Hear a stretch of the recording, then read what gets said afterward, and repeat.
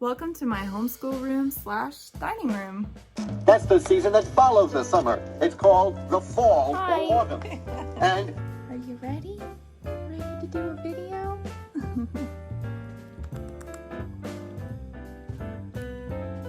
Today I wanted to do something a little bit different, just kind of go out of the ordinary and share a little bit about our homeschool, how we homeschool, and where we homeschool.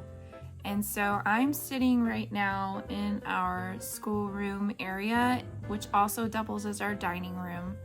As you know, we live in a garage that we expanded. It was a detached garage from the old farmhouse because the farmhouse is in such bad shape and needs a lot more work than we could give it when we moved here. Anyway, we expanded the garage into living quarters, and so our dining room doubles as our schoolroom area. This is where everything is kept, if we need anything, this is where we come. I'm gonna give you a tour of our schoolroom and how we've organized and keep things in order most of the time. And I'm also gonna walk you through what we use for curriculum and books and just give you kind of a look at some of our school days and how it works as a homeschool family. I know a lot of my viewers also homeschool, so either we can commiserate together, we have something in common, or maybe this will inspire you and give you ideas for your own homeschool and homeschool area. Let's talk a little bit about methods. We've used several different homeschooling methods over the years. I've really been flexible in that when something isn't working for my child, I will switch to something different. And that doesn't mean that I have to spend more money either. It means that I might have to get a little bit creative. It means that I might have to look for resources. I have always bought and used resources, eBay, used bookstores, yard sales even. I've gotten stuff at yard sales and garage sales over the years. Some things I have bought new. If I can find them new for the same price that they are used, then yeah, I'm gonna buy them new. I mean, if we've used workbooks or things like that, you need them new. But let's get to the method that we use now. It's called Charlotte Mason. I know there's a lot of Charlotte Mason homeschoolers out there. Now, I am not going to tell you that I am a purist or even an expert. I am not. But I love the Charlotte Mason philosophy of education. I love how oriented it is toward God's creation and nature, the child's full physical, mental, spiritual health. I love how it's focused around the whole child and not just the child's education. And it works so well for us. We use a lot of living books. I would say 85 to 90% living books. And when I say living books, I mean not textbooks. We do use a few textbooks for subjects like math and grammar. Some of the books are books that our program recommends. Right now we're using Ambleside Online. It's a free program that homeschool mothers have put together with all the resources listed and everything and the plans and everything. Now, I do have to create weekly plans, and I'll get into that a little bit more later, but all of the resources are listed on there. Some of them we do have to buy, and I did buy quite a few this year, but a lot of them are available online for free through places like Project Gutenberg or LibriVox or places like that. We'll talk about resources again in a little while, but I just wanted to give you insight on the method that we use, and now I'm going to show you around our schoolroom and show you some of the resources that we use, the books that we use, and we'll go into a little bit more detail. The theme of our school area is very much nature oriented. I've always been big on nature and nature study, the natural world with my kids. I kind of tried to bring the outside world into our school area. I have a lot of wicker, and the reason that I have the wicker is to hide a lot of the clutter, because we have a lot of school stuff and a very small space to store it in. And so I got a lot of the wicker baskets that I have in order to hide things. And I also put pictures that are oriented toward nature, like the wildflowers with the bee, the buffalo, the flower, the wooden flower. Let's see, Zeke wanted me to put autumn leaves on the window.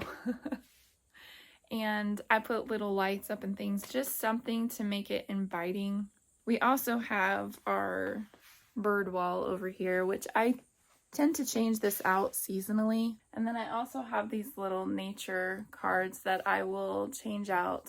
I'll change this whole thing out seasonally. And these leaves are actually leaves that my mom made back in the 70s, 80s. And I use them now every year. They're just made out of construction paper. We also have art supplies on this shelf over by our bird wall. Things like watercolors and paint and clay, air dry clay, things like that. So we have a few things on our wall here, and they all have a purpose. Everything about our school area is very functional. That was the biggest thing to me. I wanted it to be functional, I wanted it to be easy, and I did want it to be pretty as well. I wanted it to be peaceful, have a creative vibe to it. So the first thing I have on our wall is I have Zeke's handwriting guide. It has print and cursive, or cursive and print. That way I can just easily pull this down if he's struggling, and he can look at it and then he can continue writing. So this comes in so handy. Highly recommend it. Another thing we have on the wall is we have our art study for the month. We do what we call picture study. And so at the beginning of the month, I'll print out our art for the month. What we do is we study the picture, we observe everything that we can. We'll learn a little bit about the artist, and we'll do that. But I always hang our art up, the art that we're focused on that month up. And then I have our map. Now on this side is the world map, and I got a magnetic frame. I put the US map on the other side, so I can just take it down and flip it if we need to look at the US. So it comes in super handy, and we don't have to have two maps hanging on the wall. In addition to the map, we also have an old globe that I found in an antique store, so if we need to, we can pull that down, and it even has ridges and things, so he can kind of feel where mountains are, and it just gives a more tactile approach to map work. And the other thing we have on the wall is our nature study calendar. Now I print this from Charlotte Mason Mama. She provides these for free. It's amazing. It's amazing. What it is it's a calendar of the month filled with all sorts of nature study ideas. So you might have things like go on a bird watching walk, look for something shiny outside. Let's see, what phase is in the moon in today? Record it in your nature journal. How long will daylight last today? Record in your nature journal. Go out in the evening and paint the night sky. Or like yesterday's nature study that we did, find an oak leaf and trace the shape in your nature journal, which we actually did leaf rubs instead of tracing it. But it's just, what I do is I allow the kids, when we do nature study together on Fridays, I let them come into the calendar and let them pick whatever activity from that week that they want, and then we do that. Sometimes they pick the same, sometimes they pick different. So, and then what we'll do is we'll usually go out for a nature walk, or we'll do whatever it says, and they have their nature journals, which this is Zeke's nature journal. Just give you an idea. That's his leaf rub from yesterday. And stick rub. He insisted on doing a stick. This is Jaden's nature journal. It's his leaf rub from yesterday. And that's as far as we've gotten this year, because we have just started not that long ago. This is another resource that we use. It's the Handbook of Nature Study. And then another thing that I am doing with just Zeke is this Seasons Afield from Beautiful Feet. And it just has, like right now we're on Autumn Story. And it pairs with The Complete Brambly Hedge by Jill Barklam. Wonderful, wonderful book. He's learning how to watercolor with this Watercolor with Me in the Forest.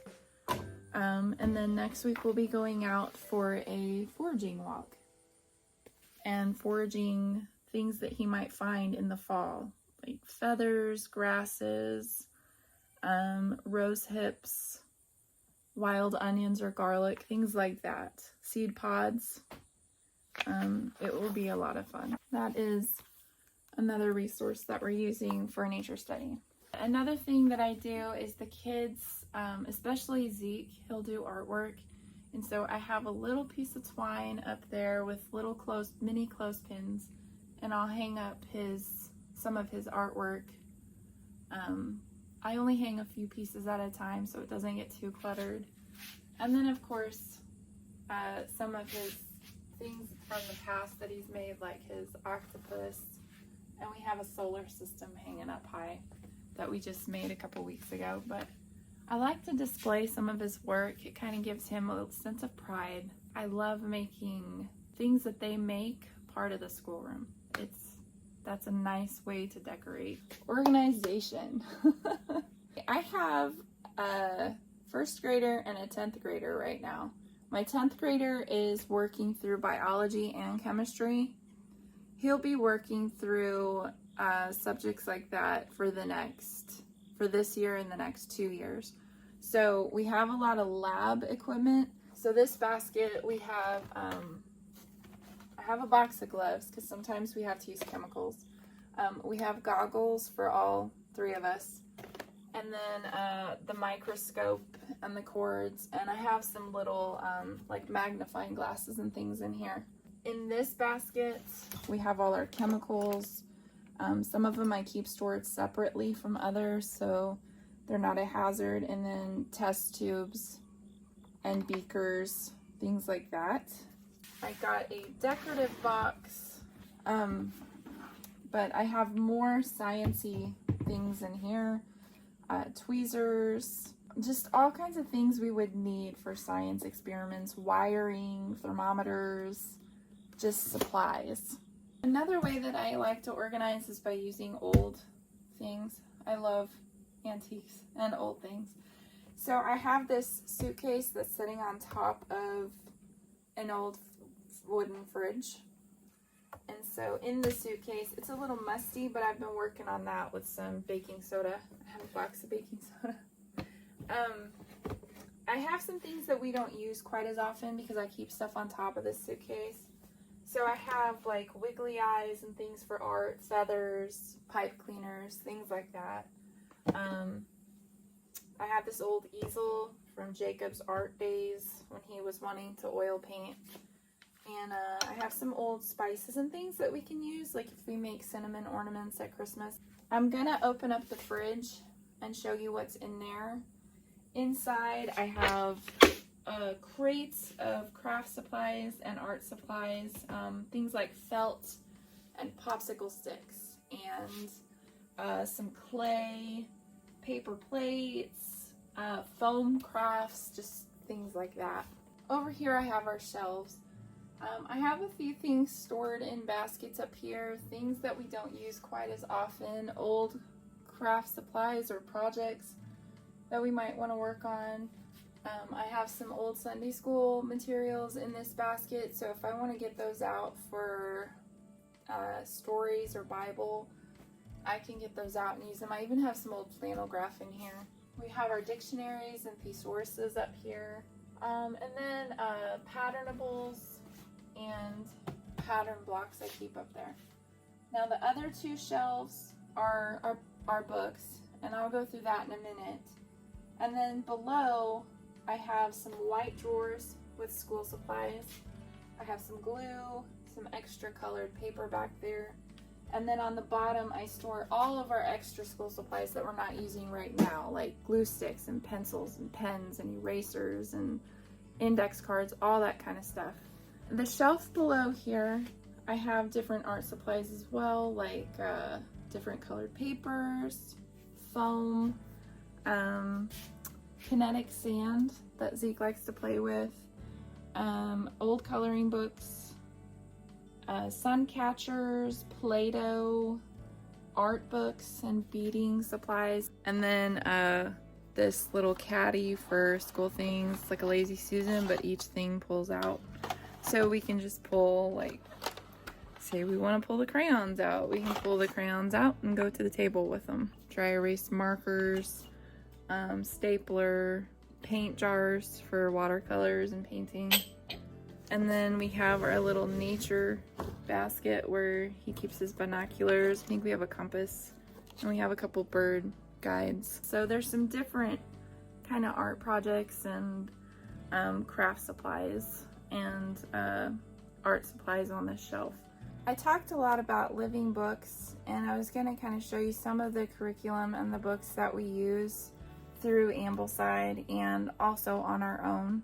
Now, a lot of our books are on the Kindle as well, because I will download them from Project Gutenberg. It's free, and then I'll put them on our Kindle. Each of them have their Bible over here. They're both King James Version. Zeke's is a children's Bible, but it is the full Bible. And then it's the same Bible that Jacob used. All my kids have used this Bible. And then I have a children's dictionary down here for Zeke too, in case he needs to look something up. And Jaden also has a Bible. This is his actual, I bought this for him a few years ago. It's a kid's study Bible. I like to have each of them read the Bible on their own for a few minutes every day. Jaden usually will have an entire chapter or two, and Zeke will have just a few verses. So right now Zeke is studying through Genesis and Luke, and I think Jaden is studying through 1st or 2nd Kings and Psalms and Proverbs. And in addition to Jaden's Bible reading, I have a devotional for him. He just does that day's devotion out of Streams in the Desert every day. I want my kids to get used to and to kind of form a habit of reading their Bible every day. So that's kind of what I'm trying to instill in them by doing this. Okay, and then other books that he has for Bible and history. Again, some of them are on the Kindle, so I can't show you those right now, but he is reading through The Cost of Discipleship by Dietrich Bonhoeffer, A History of the American People. He's also reading a book by Winston Churchill. He's reading about Gladys Aylward, God's Smuggler. He's reading those. Those are kind of part of his Bible. And then his history, he also has government and economics. We're studying through Exploring Government by Ray Notgrass. Notgrass has some great resources. And I also have a bullet journal for him for history and government. So the bullet journal, sometimes I will have him list out key facts that he learned from what he read that day. And sometimes, depending on what he's reading, I'll have him write a couple of quotes that he found that stood out to him, and who they're by. So this is his little bullet journal for history and government. I do narration a little bit differently than everybody else does because I have a reluctant writer. Jaden has been a very reluctant writer since he was little. In fact, I wondered if I would ever get that kid to write. But he has made leaps and bounds with both the resources we've chosen to use and just the way that we've used them. So with Ambleside, a lot of people recommend doing a narration for every single reading. I just cannot do that to him. That's why I say I'm not a purist, because it would literally kill his spirit. So because he does not enjoy writing one single bit. I do make him do some narration, but I am not gonna make him do narration on every single writing that he does. And when I say narration, I mean writing an essay or a page or two on every book that you read, or even a paragraph or two. We do that in some subjects, but not every single thing. Back when he really, really struggled with grammar, we started with Saxon grammar, and then I switched to easy grammar. I think I switched to easy grammar. Easy grammar is wonderful. It's short lessons, short and sweet, but it drills in them the concepts that they need to understand. And then I've gradually introduced writing. We started by let's write a sentence. And then we went to let's write a short paragraph. Let's write a short essay. And now this year, I don't even have to tell him. He'll just write a few paragraphs without me even telling him, or a whole page. So and he's getting so much better at writing than I ever thought was possible. He's actually very good at it now.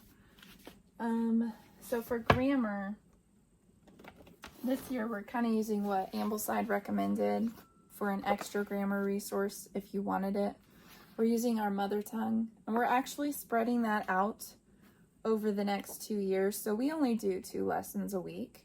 It's a very literature-based grammar, but I just give him an exercise or 2 or a couple days a week, and just a little chunk, so it's short and sweet. But I'm really actually liking this grammar so far. I feel like it's a very good grammar. Okay, and then he's also reading the book on writing for grammar. And I think we have some other resources up on the very top shelf that I'm not bringing down until we're ready to use them. Okay, so let's talk about literature, because literature is a huge focus of Charlotte Mason. First of all, Jacob read this too, How to Read a Book.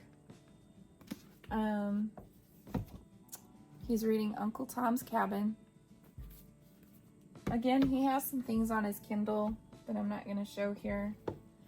He's reading Charlotte Mason's book, Ourselves. Another resource that I really, really love for books, it's one of my favorite resources, is Living Books Press, because they take out-of-print books and publish them again.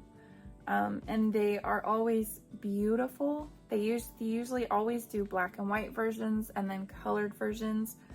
And so you can choose from either or. They also have digital versions. But we have a lot of their books, and I gradually over a few years bought this collection. And so he's reading parts of this as well. Another book he's reading, I think this is for history, is Arguing About Slavery. John Quincy Adams and the Great Battle in the United States Congress.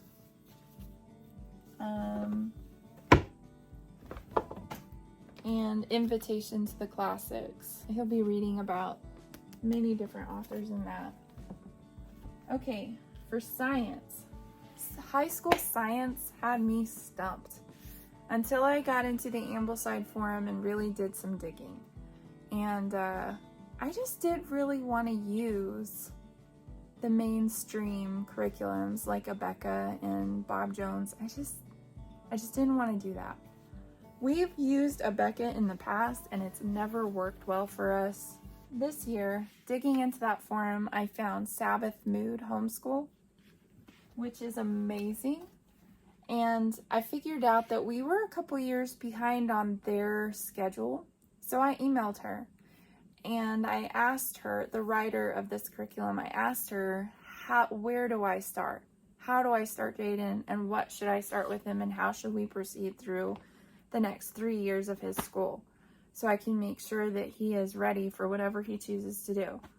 And she laid out a whole plan for me. It was amazing. So this term, he'll have something different every term. So this term we are doing Form 3 to 4 biology, which he probably should have had last year or the year before. We're doing it now. She's laid out this whole plan for me so he can stay where he needs to be. And then we're also doing high school chemistry. Now I'm going to show you a little bit in these lessons. So as you go through, this is lesson 1 in chemistry. Lesson 1 is 2 pages long, but what it does is it pairs with a living book. So this is paired with Wonders of Chemistry. So he's reading through this book. He's doing narration that she lays out in here. He's also doing some activities and experiments. Again, all the science stuff that we have. Sometimes we watch the experiments. She'll have videos in here. And then he's doing sometimes in his science notebook with his narration, he'll do drawings and diagrams to go with it. And then biology, men, microscopes, and living things. So, and there's different books to go with the different Sabbath mood course guides. He's also using the elements. He's studying the different elements, and he will also put these in his science notebook. Usually I'll have him draw his favorite form of the element. And then he will, like one of the elements he drew Silly Putty. And then he'll label it, what that is, or what the element is. For nature study, he's also reading Walden by Henry David Thoreau. He has things like logic and citizenship, poetry. He reads a poem every day. His science, he gets narration. His history and government, I have him do the bullet journal and the quotes. And then once in a while with literature, I'll have him do some narration. But more often than not with literature, we're doing dictation, where he studies a passage of scripture or a poem or a story or one of his books that he's read that week. He'll study a passage for 2 days. One of those days he'll write the passage, and then the third day I will dictate it to him and he'll write it. And then instead of correcting it myself, I have him go through and look at it to see what he did wrong and correct it when he's done. So that's just how we do dictation. And then for art, he's reading a section of this really old book called The Arts. It's by Hendrik Willem van Loon. And right now we're studying through Renaissance art, or it might be the Romantic period, I can't remember.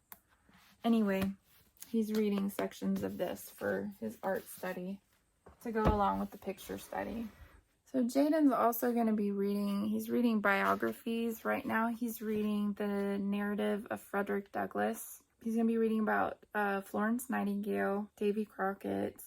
Right now for literature, he's also reading Les Miserables, in addition to Uncle Tom's Cabin. But some of his free read books this year are books like Jane Eyre, Moby Dick, Hospital Sketches by Louisa May Alcott, The Moonstone, The Innocents Abroad by Mark Twain, Gilbert and Sullivan and HMS Pinafore, Ramona by Helen Hunt Jackson, Lord Jim, The Book of the Dun Cow, A Lantern in Her Hand, Mr. Midshipman Easy, some Jane Austen books, G.K. Chesterton's Father Brown Mysteries, C.S. Lewis books. There's just a whole plethora of books.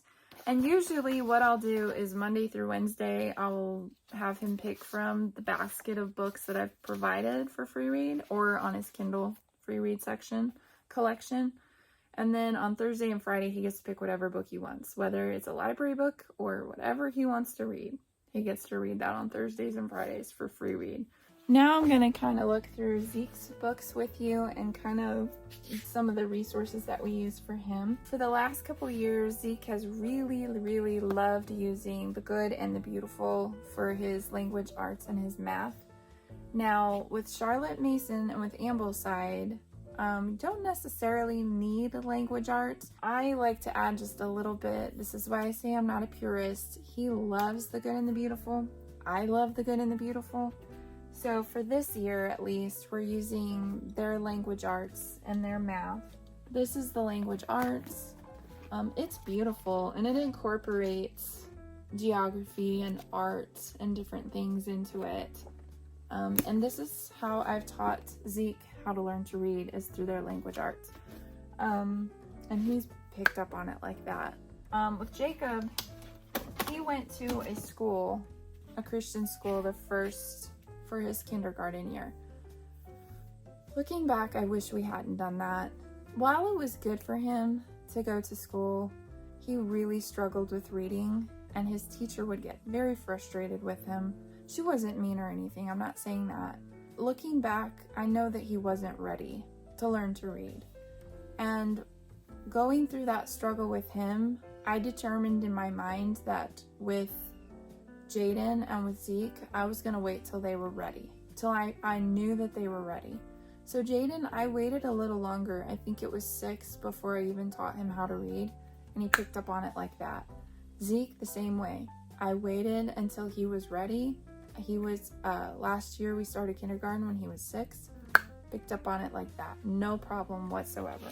I really think waiting until they're ready has a lot to do with the success, with how quickly they learn how to read and are able to grasp the concepts. We use that. That also comes with these reading booster cards, which have different activities and words that we read and sounds that we learn. So this is kind of the phonics-based approach to the lessons. I have a dry erase board that we use when we need to, and he has a little reader that goes with it too, and then of course the handwriting. And then we also use the Good and the Beautiful math. I will eventually switch him over to teaching textbooks as we get into the harder math subjects, because that will teach him all on the computer and I won't have to been there, done that with struggling to teach different math concepts as they get more advanced. So, but anyway, this is his math for 1st grade. He just had, I love this math. It's amazing. And he's doing very well. He's very sharp when it comes to math. For history and geography, we're just kind of going through some basic concepts per Ambleside. Like the last few weeks, we've been working on the concept that the earth is round. And we also talked a little bit about flat earthers. And that was interesting with him. We created our solar system to go with those lessons. And that was a craft that I had gotten in the Target dollar spot a long time ago. And then we're also, I started this week giving him Cetera math games for geography. And so that's a little bit fun. He can go in and do quizzes and learn the continents and the countries and some of the cities and things like that, even the flags. Right now, we're working through our island story, 50 famous stories. We're reading Trial and Triumph. This has stories of martyrs and saints. And then eventually we'll get to our biography of Benjamin Franklin. And we have some other biographies. I think we have Sacagawea, but we have some other biographies that we're going to be reading. We're also doing Paddle to the Sea. This is one of my favorites so far. We're doing timelines. But the timelines that we're doing are for Paddle to the Sea and our island story. But most of the figures, I'm having him draw them on little cards. And then we tack them up on his little timeline. He also has a bullet journal. They both do memorization and recitation. So some weeks it'll be scripture. Some weeks it'll be a poem. Some weeks it might be a hymn. But they both do recitation. Zeke, this week, I had him memorizing the 2nd stanza of a poem, and then I was going to have him put the 1st and 2nd stanza together. So, and eventually he would recite all 3 stanzas next week. He didn't think he could do it. I just had him study it. I was like, just work on it. Just do what you can. I think you can do this. I know you can do this. And before the week was out, he had all 3 stanzas memorized, word for word, recited it off, done. So I think he surprised himself, and that was pretty cool to see. Other books that we're reading, James Herriot's Treasury for Children, Rudyard Kipling's Just So Stories for Little Children.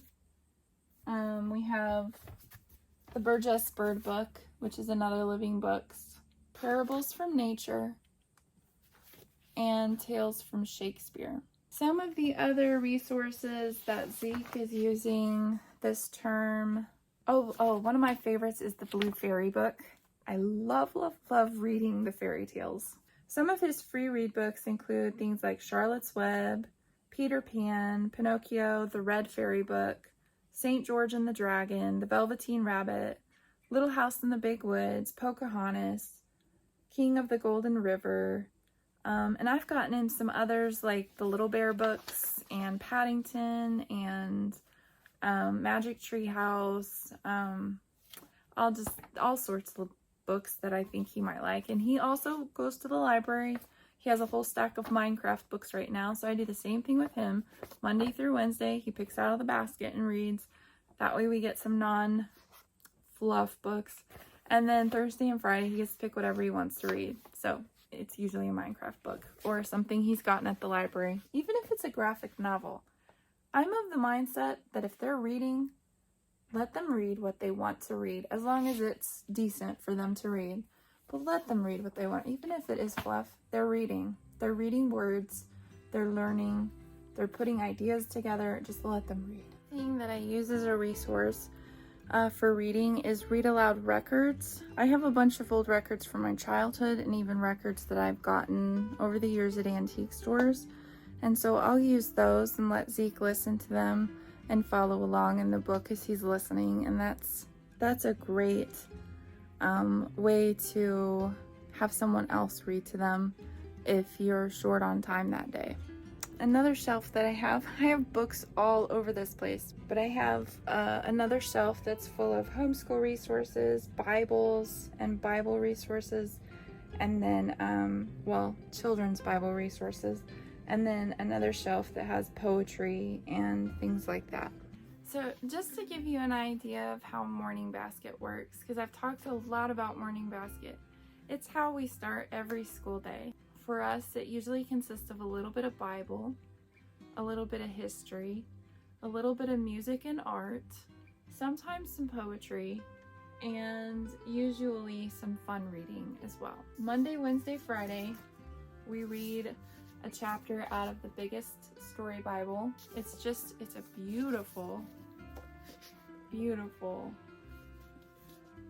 book. And it's been going through the entire story of the Bible with the focus of it getting to Jesus. Isn't that gorgeous?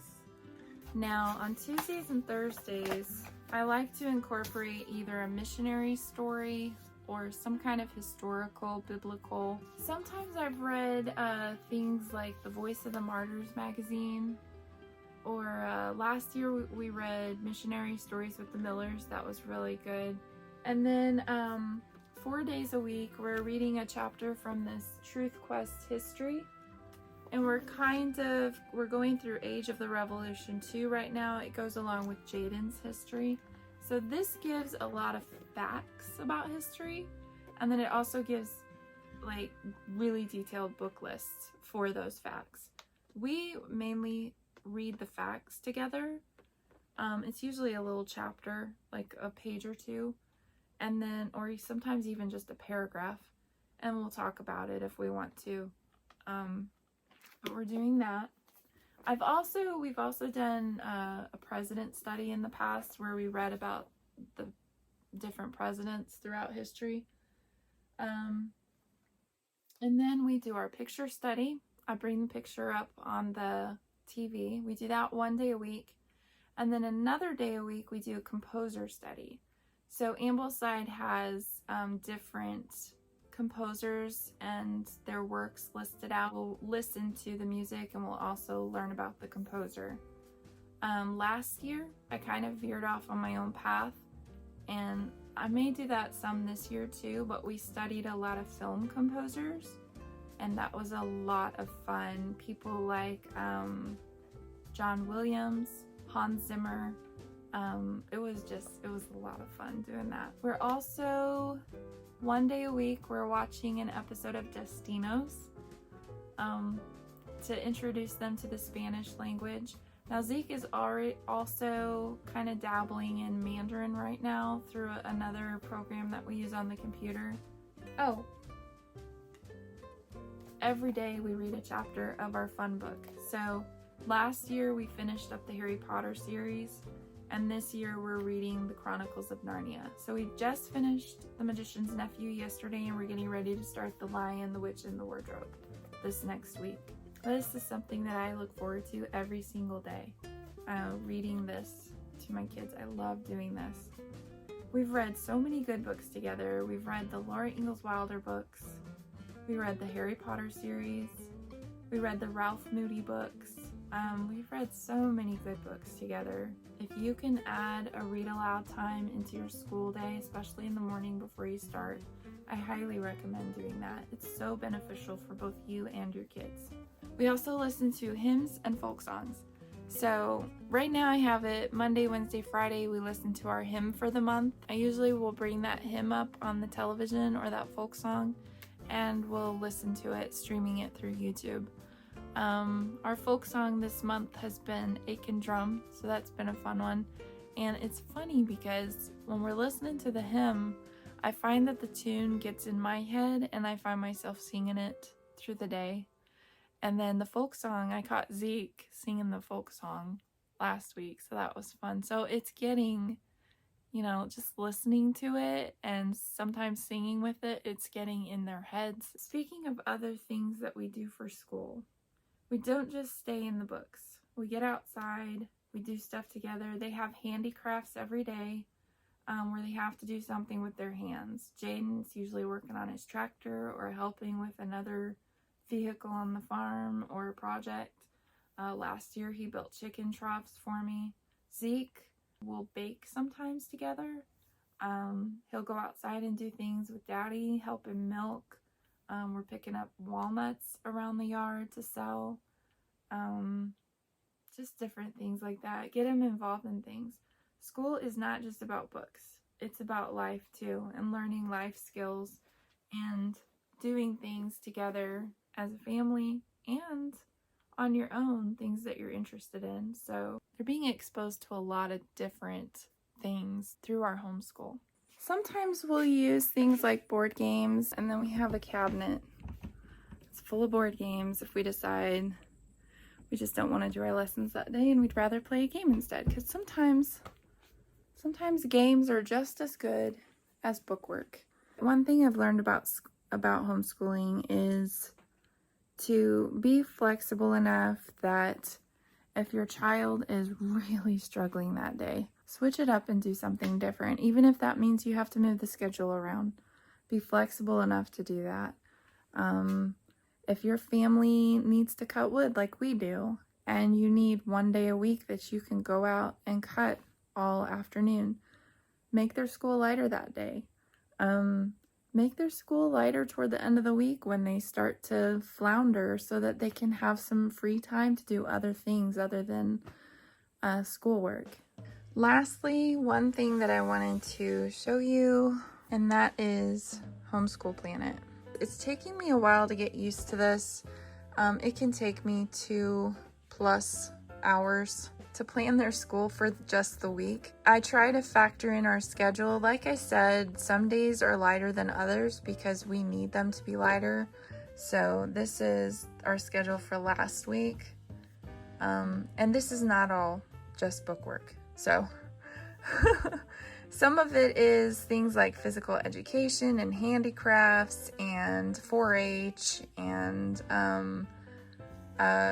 nature study. I put our morning basket in here.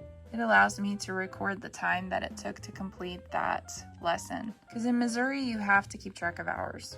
You have to keep track of how long you spent on certain subjects and how many hours you're accumulating altogether. So kind of a pain, but it's something we have to do. So it's just very handy. So this is nice because I can just drag and drop, or I can go in and reschedule everything very easily. And it tracks everything. It'll create transcripts for me. It tracks their hours. I tend to do all of the grading except for Zeke's, because Zeke's I do as we go along. Zeke, we usually do school, usually takes us 2 to 3 hours. If we have a long nature study, it might take us 4 hours to do school. But usually 2 to 3 hours, and we're done with school in the morning before lunch, and that way I can work in the afternoon. And Jaden, it takes quite a bit longer because of course he's in high school, but it usually takes him, there's some days he can get done by noon, and then other days he's working till, maybe 2 or 3. It just depends how much of a workload he has that day. And then, of course, we incorporate field trips into our school as well. So this month already, we've taken a field trip to Fantastic Caverns. We took another field trip to the Friends of the Library book sale in Springfield. I think our 4-H group is going to go to the pumpkin patch. So we were going to go to the pumpkin patch, but I think we're going to wait and go with them now.